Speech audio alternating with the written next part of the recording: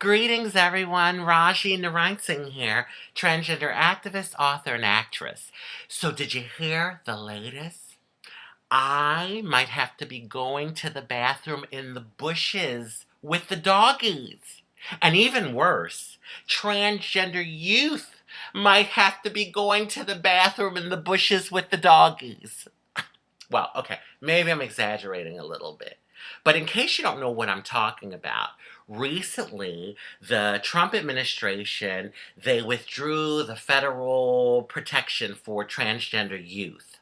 Now, I know basically, well, I think I know where this is all stemming from. It's all about less government, and I think that happened because the administration probably thinks, well, let's leave it up to the individual states to decide. This isn't a federal issue. Well, I beg to differ.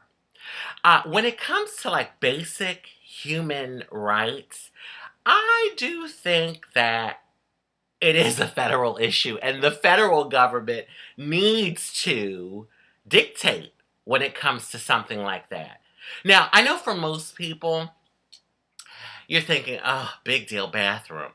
Most people in general they don't even think about it. They have to go to the bathroom. If they're out and about, they get up, they go to the ladies' room and the men's room, and they go and do their thing, and then they go about their business.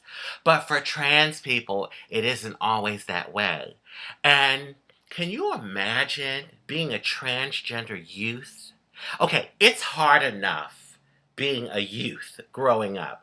Everyone can relate to that statement, I think. Think about when you were growing up, the bullies that you dealt with, all the cliques and wanting to just fit in. So it's hard enough just being a youth, and then on top of it, try being a transgender youth.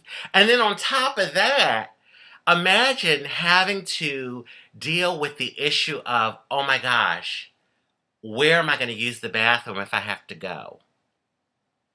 That's pretty heavy. I have to share a story with you. Okay, so when I was first transitioning, I still felt like, well, it wasn't like at the very beginning. I had been transitioning for a little bit, but I still felt like, okay, I still haven't transitioned enough to go into the ladies' room. So I was out somewhere and I had to go to the bathroom, and I was like, no, I don't think I'm far enough along. Now, mind you, I had already started hormones. I was wearing makeup, growing out my hair, and wearing feminine clothes. My breasts weren't that big at the time. I called them my 13-year-old boobs. They had just started to sprout, for lack of a better word. So anyway, but I went in. I went into the men's room. And I remember when I went in, there wasn't anyone in there. And I went and did my thing, and I was at the mirror washing my hands, finishing up. And a guy walks in, and he looks at me, and then he starts backing out. And he's like, oh, I'm sorry.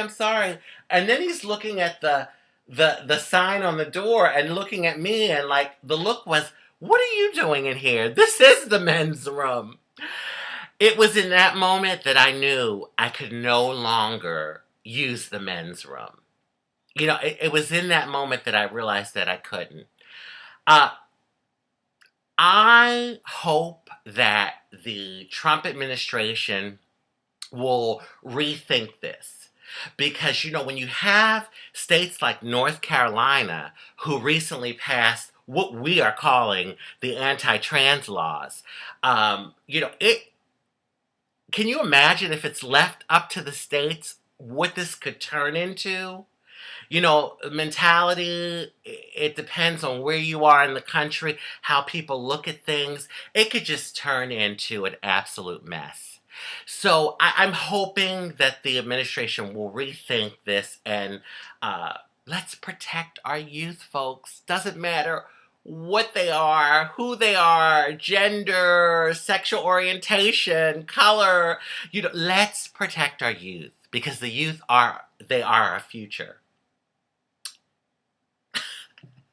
And plus, can you imagine me in the men's room? Really? Can you imagine me in the men's room? Like, I walk in, that would cause even more of a ruckus. Love, peace, and blessings.